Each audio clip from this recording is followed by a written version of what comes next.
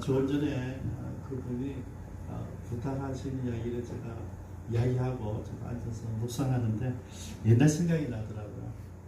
이런 오해를 하지 않기를 바랍니다. 제가 문을 잠그라는 것은 그분들 확인하고 그런 것을 막는다는 게 아니고 소리가 나가지 않도록, 우리 소리가 크니까 그래서 문을 제가 다 닫았거든요. 다른 분들은 이 사실을 모르기 때문에 교회에서 예배 드리는 이러면 오해를 하니까 예배 드릴 수 있어요. 부산시에서 허용했습니다. 그런데 일반 사람들이 잘 모르니까, 당사자의 문제가 아니고 모르니까 오해할 수 있기 때문에 제가 문을 닫으라고 한 것입니다. 우리가 교회 설립하고 1주년 되는 때에 우리 중부 선교를 다녀왔습니다. 일주일 다녀왔는데, 다녀와서 11월 달에 갔다 왔는데 1월 달에 중앙대학교 기도학생회에서 연락이 왔어요. 자기 팀들이 이제 전 세계 선교팀으로 가는데 중국 선교팀을 18명이 준비되어 있는데 자기들이 기도하는 가운데 저를 강사로 청빙을 했다 그러더라고요. 그래서 내가 어떻게 알았냐 그러니까 인터넷에 있더래요. 인터넷에 있는데 자기들이 여러 이제 중국 선교사님들을 바라보면서 의논을 했대요. 누구를 선택할 것인가. 그래서 결론이 최근에 가장 가까이 최단시간에 우리와 최근접된 시간에 중국에 갔다 온 선교사를 청빙하자 이랬다 하더라고요. 그래서 제가 놀랐어요. 왜냐하면 우리는 아무도 컴포트를 안 했거든요. 제자 이정아 집사님이 제가 중국 갔다 온 간증을 듣고 그걸 인터넷에 올려놨던 거죠. 그걸 보고 이제 그 학생들이 연결을 하고 이정아 집사한테 연락하고 이정아 집사가 저를 소개하고 그래서 이제 연결된 거죠. 제가 가서 같이 이제 중앙대학교 가서 아이들을 가르쳤어요. 1박 2일 캠프를 하고 제가 돌아왔어요. 그리고 그 아이들이 이제 1월 달에 97년 1월이죠. 1월 달에 중국에 이제 들어간대요. 그래서 어떻게 조인트를 했냐면 걔들은 북경 갔다가 하얼빈 갔다가 길림 갔다가 심양으로 내려오고 그때 제가 심양에 가서 일주일 동안 제가 홈 트레이닝을 하기로 했습니다. 그래서 이제 그렇게 하고 그 아이들 먼저 들어가고 일정에 맞춰서 심양에서 이제 조인트를 했어요.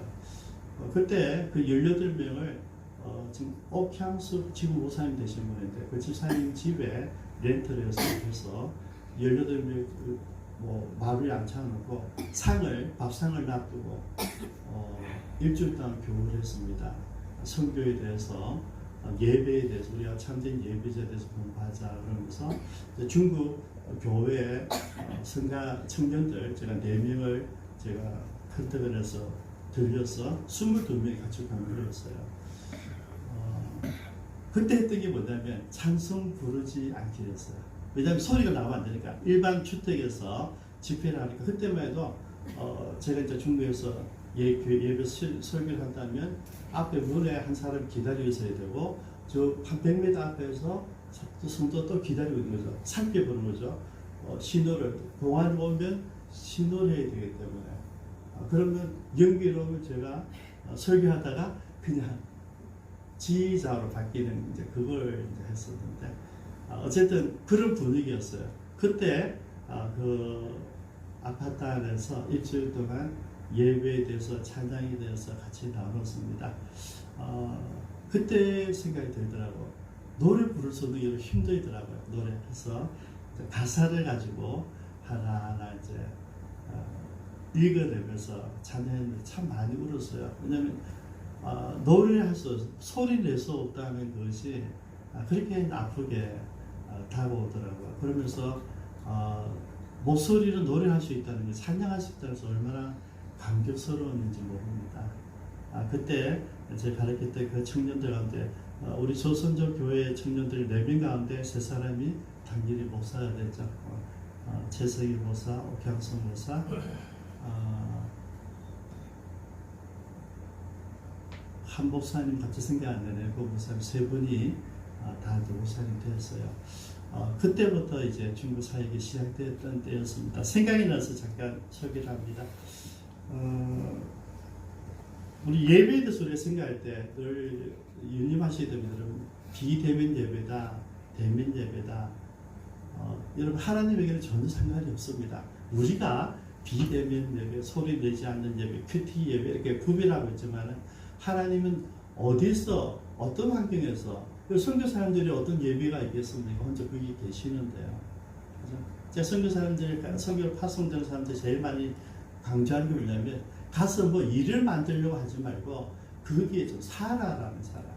그 나라 민족에 대해서 알고 연구하고 하루 살아 먹고 사고 살아라. 그게 선교다 하는데 여러분 그걸 잘 못하시죠. 그죠? 전부 다 뭔가 일을 해야 되고 예배를 드려야 된다는데 여러분 하나님 원하시는 예배는 이런 예배가 아니고요. 삶에서 나오는 예배입니다. 그걸 이 받으시기 때문에 꼭 이런 모임이 우리가 완전히 뭐 군인들 와가지고 경찰에 와서 예배 못 드리게 해도 저는 전혀 상관없다고 생각합니다.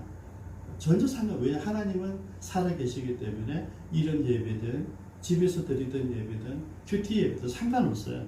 다 받으실 거라는 거죠. 왜냐하면 오늘 주제가 그거예요. 주제가 솔로몬이 드리고 우리 흔히 아는 일천번제 사건이죠. 그죠? 솔로몬이 예배 드릴 모습인데 제가 일천을 고민했어요. 이거 뭐 잘 아는 내용들이니까 어떻게 제목을 만들까 고민하는데 분절 밤 늦게 그 피곤한 가운데 제가 10시간 운전하고 왔거든요. 근데 계속 왜냐면 제목이 안 정해졌으니까 아무것도 안 되는 거예요. 마지막에 진주에서 하만까지 폭포같이 비가 내리는데 그때 제목을 주셨어요. 그게 예배입니다. 솔로몬은 일천 번제가 아니라 솔로몬이 예배였다는 것이죠. 너무 쉽게 풀리더라고요. 오늘 1절에 한번 볼까요? 1절에 보면 솔로몬이 애굽왕 바로와 더불어 혼인관계를 맺어 그의 딸을 맞이하고 다윗성에 데려다 두었다 그랬습니다. 아직 성전과 왕궁이 만들기 전이다 하는 것이죠. 여러분 우리 잘 아는 정략 결혼이죠, 그죠? 여러분 그때 이 애굽의 왕, 이집트의 왕이라면 그 당시 중동 시대 전체의 지배권을 갖고 있는 아주 강한 나라잖아요. 지금 보면 미국과 같은, 러시아와 같은, 과거의 중국과 같은 이런 파워 있는 힘 있는 그런 나라의 임금, 바로가 임금이란 말인데요. 그 왕의 딸과 결혼했다. 이거는 굉장한 사건이죠. 주변의 나라들이 얼마나 많겠습니까? 여러분 유다는 작은 나라죠, 그죠? 주변에 보면. 그런데 그 큰 애국 대국에서 솔로몬을 자기 딸로서 사위를 삼았다. 물론 정작 결혼이지만 여기는 솔로몬에 대한 인정이 있었고 솔로몬에 대한 평가가 있었다는 것이죠. 모두가 꿈꾸는 그 전략 결혼을 당사자가 됐다는 것이죠. 우리가 지난 시간에 본 게 솔로몬의 내치입니다. 그죠? 내치가 뭐냐면 국내 정치, 정적 아도나이의 출고, 그죠? 아비아들을 쫓아보내고 요압과 시므이를 숙청해 버렸어요. 그죠? 그래서 본보기를 보여주는 거죠. 우리가 지금 며칠 전에 계속 토픽이 나오잖아요.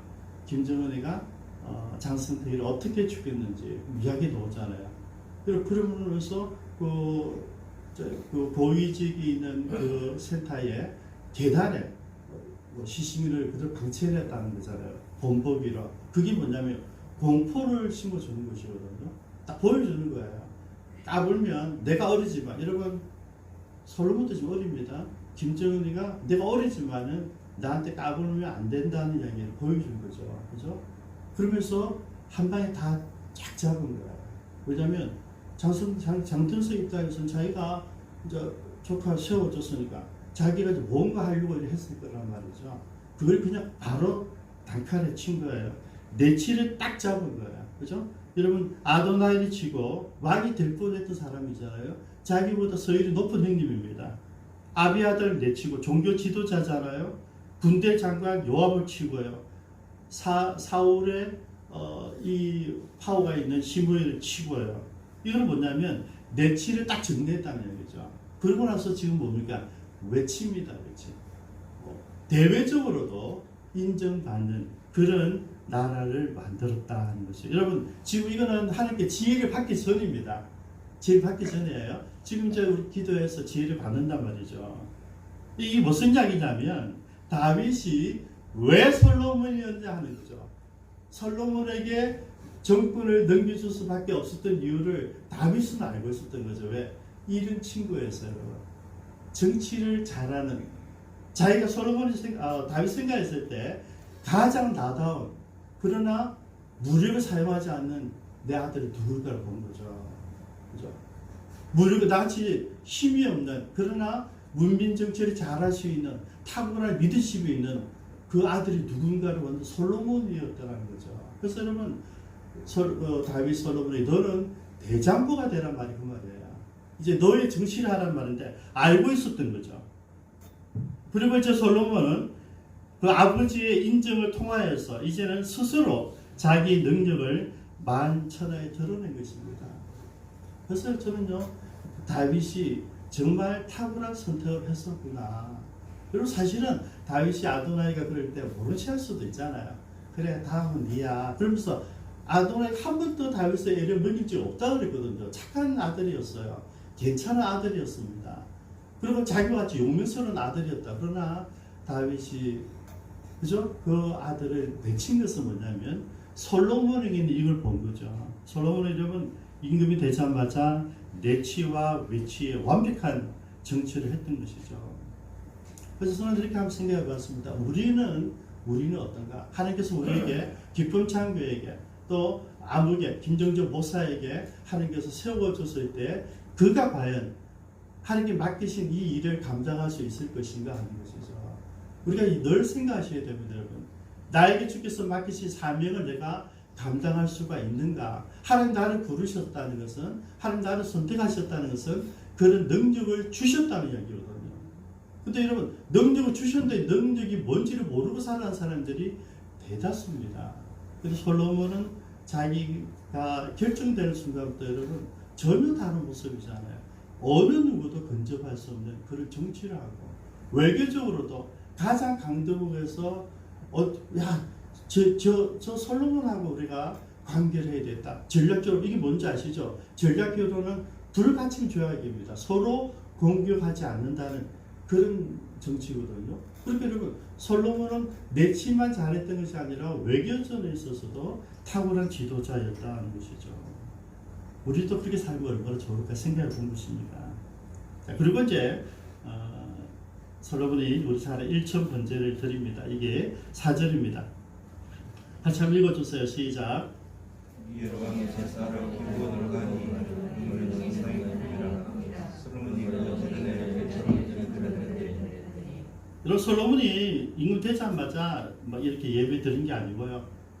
지금까지 여러 가지 내치도 하고 외치도 하고 다 잘해놓고 그 다음에 이제 일을 하는 가운데 이제 기본으로 올라갔다는 것이죠. 여러분 기본 산당은 그냥 산당이 아니라 그 당시 이스라엘 많은 산당이 있는데 물론 이 기본 산당은 가난한 사람들이 사용하던 그런 산당이었어. 그런데 그런 제단이 있는 곳인데 가장 컸다는 것이죠. 가장 큰 사당이었다는 것을 강조하는 게 뭐냐면 솔로몬이 1,000번의 예배를 드린 것이 아니라 한꺼번에 1,000마리 소를 가지고 드렸다는 그거를 강조한 표현입니다. 그만한 많은 재물을 한꺼번에 드릴 수 있는 그런 제단이 있었다는 얘기죠. 여러분 기본 산당은요 그냥 예사로 산당이 아닙니다. 여러분 아시죠? 여호수아가 태양아 머물러라 할 때 그것이 여기에요. 그리고 이스라엘 사람들 꿈이죠. 사무엘의 무덤이 있는 것이 기본 산당입니다. 그래서 기본 산당은 성전이 만들어지기 전에 상징성이 있었고요. 거기에 바로 우리가 잘 아는 성막이 있었어요. 법궤는 다윗이 왕궁을 가져왔지만은 성막, 법궤를 치고 있던 그 회막은 이 기본 산당에 있었어요. 그래서 기본 산당이 어떤 종교적으로 또 역사적으로 아주 의미가 있는 것이죠. 그냥 제가 이제 여러분들 보니까 다른 여러 가지 해석인데 그런 해석은 저는 맞지 않다고 생각하고요. 이런 영적으로 또 지리적으로 역사적으로 가치가 있는 곳에 이제 예배를 이제 드리게 되는 것이죠. 그래서 그것을 이곳에서 이제 솔로몬이 성전을 짓기 전에 드렸던 그런 예배인데요. 단 한 번입니다. 한 번에 1,000마리의 소를 하나님께 드렸다. 저는 이렇게 생각했습니다. 이거는 그냥 큰 헌신이다. 큰 헌신이다. 하나님께 우리가 늘 우리가 구별하지 않습니까? 헌신하지 않습니까? 그죠? 그리고 헌신하는 순간들이 많이 있는데 내 인생에 하는 어떤 홀드가 되는 변화를 주는 그런 특별한 헌신이 오늘 일어난 것이죠. 여러분, 이 헌신이 왜 중요하냐면 바쁜 가운데서 구별했다는 것입니다. 정치하는 가운데서 구별했다는 것이죠. 모든 백성들이 솔로몬의 정치를 보고 있지 않습니까? 내치를 하고 외치를 하는데 국민들 기대가 있어요. 생각보다 괜찮다는 거죠. 오히려 생각보다 더 잘한다는 것이죠. 여러분, 다윗은 지나치게 신앙 중심적으로 살았던 사람이잖아요. 하나님의 기준은 다윗일 수밖에 없는 게 다윗은 정치가고 정정 영웅이기도 했지만은 정말 하나님밖에 모르는 사람이었어요. 근데 그 다음 이어가는 솔로몬 여러분 얼마나 무게감이 있어야 되겠습니까? 얼마나 부담스러웠겠습니까? 모세 다음 여호수아와 똑같은 입장이에요. 그래서 그가 먼저 내치를 하고 외치를 하고 그 다음 이제 백성들을 지켜보고 있는 가운데 간 거죠. 1,000번째로 하나님께 구별했다. 저는 왜 예비라 그랬냐면 이런 사람들이 앞으로 별로 없어요. 앞으로 별로 없어요. 여러분 아브라함의 주특기가 뭔지 아시죠? 가는 곳마다 제단을 쌓았다. 예배를 했다. 다윗의 주특기도 가는 곳마다 어디서든 시를 듣고 어디서든지 찬양을 드렸다는 것이죠. 그 명예에 이어가는 거죠. 그래서 아름다운 예배를 한 번 드렸다. 저는요 이 1,000번째가 우리에게 다 있기를 바랍니다. 왜냐하면 내가 살아올 때에 한 번 내가 헌신했던 그때가 있는 것이죠. 제가 오늘 아침에 글에 소개를 했는데요. 내 평생에 가는 게 그거를 제가 고등학교 3학년 때 제가 은혜를 받았어요. 우리 그때 전국 학생 동기 수양회가 대구 제일 컸던 교회 서영교회에서 있었는데요. 그때 교회는 크지만 전국에서 한 수백 명이 오니까 수천 명이죠. 오니까 각 여관에 다 이렇게 배치가 되어 있는데 근데 갑자기 3시 되는 날부터 일주일에서 이제 난리가 난 거죠. 뭐가 더더더 난리. 그때 제가 회장이었는데 연락 온 거죠. 어느 여관에 자들 여학생 4명이 여태까지 질식됐다는 거죠. 여러분 그때 죽는 거예요. 질식되면. 그래서 응급실에 갔는데 지금 호흡이 없다는 거죠. 그래가지고 전체가 일어나가지고 기도하고 난리가 났었죠. 너무나 놀라운 것은 땡인 거예요. 땡했어요. 왜냐하면 지금 난리가 나잖아요. 교회 거이기도 하고 전국 모임인데 교회 시험 끌게 되고 난리가 나죠. 근데 어쨌든 수천 명이 됐는데 아이들이 살아났어요. 그리고 마지막 날 그 아이들 8명이 나와서 이 노래를 부르더라고요. 그래서 한 아이가 설명하는 거예요. 저 마귀가 우리를 삼키려고 입 벌리고 달려와도 그러는데 막 다 오는 거예요. 전부 다 오는 거죠. 다 울었어요. 그때 하나님이 임재를 하셨어요. 왜냐면 아이들이 죽었다 살아났는데 죽을까 싶어서 기도했던 모든 사람들이 눈앞에서 하나님이 마귀가 우리를 죽이려 했는데 하나님이 살려주셨다. 이 간증이 나오는데 그리고 전부 다 눈물바다가 된 거죠. 큰 감동이 있었어요. 제가 그 노래를 좋아해요. 입 벌리고 오는데.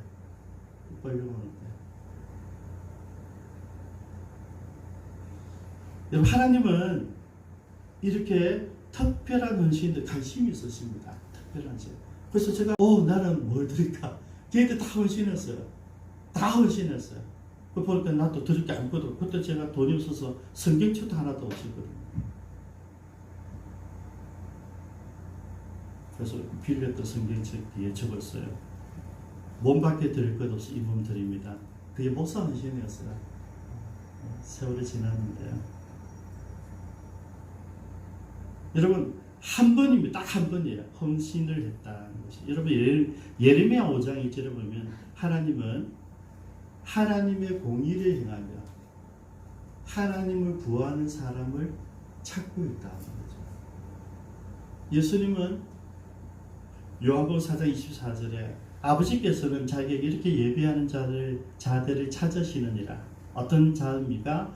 참되게 예배하는 자, 신령과 진정으로 예배하는 자를 찾고 있다. 여러분, 그래서 한번 대비해 볼게요. 그는 왜 솔로몬의 이 헌신이 하나님이 기쁘게 했을까? 하나님은 예배자를 찾고 있다는 거죠. 우리들 가운데서 누가 예배자인가? 예배 시간에 하나님께 눈을 들고 하나님의 음성을 듣고 그 한마디 한마디 소리를 잊지 않기 위해서 들을 수 있는 귀를 가진 사람들 찾고 계시는 것이죠.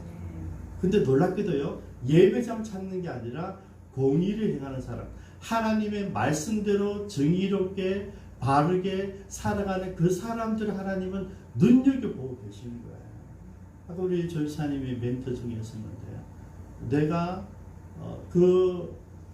정직하지 않는 수단과 방법을 가르치지 않고 도와주는 일을 해야 될 것인가. 그 갈등하는 사람들이 그렇지 않은 거죠. 여러분, 하나님은 순조롭게 일을 만들어 가는 사람이 아니라 정직하고 바르게 공정한 사람을 바라보고 계시는 거죠. 여러분, 거기에 이 솔로몬의 모습이 같이 어우러진 거예요. 하나님이 이런 솔로몬을 기뻐하신 거죠. 하나님 가만히 있지 않잖아요. 5절에 보십시오.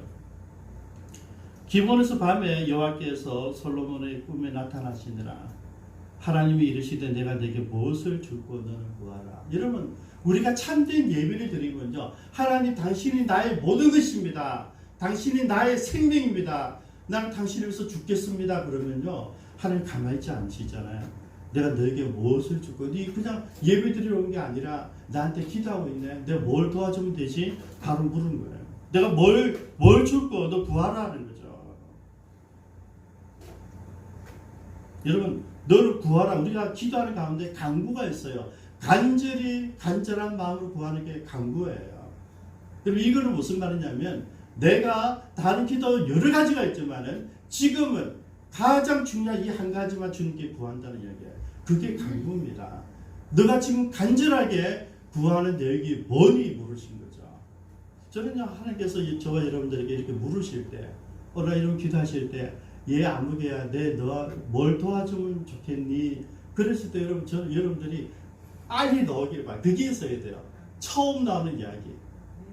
여리고성에 있던 맹인들이 예수님 지나갈 때 이야기하죠. 다윗의 자손 예수여 우리를 불쌍히 여겨 주셔서 예수님 돌아섰어요. 그래서 돌아서서 내가 너희들 뭘 해주고 주여 우리가 보기를 원하나이다. 여러분, 많은 게 있어요. 내가 먹고 살기를 원할 수도 있고, 내가 뭐 이제 권력을 가지기를 원하고, 내가 벌어져 있으니까 가족들 필요합니다 얘기할 수 있는데, 내가 보기를 원합니다. 주님은 보게 해주셨거든요. 이런 간절함은 뭐냐면 내게 가장 필요한 것, 다시 말하면 내가 지금 기도하고 있는 그 한 가지가 전제가 되어야 됩니다. 안 그러면 이제 들어도 야, 내가 너를 사랑한다, 내가 뭘 해줄 거 그래도 우리가 그때 생각하는 거 생각하면 이러면 어떻습니까? 시간 지나갑니다.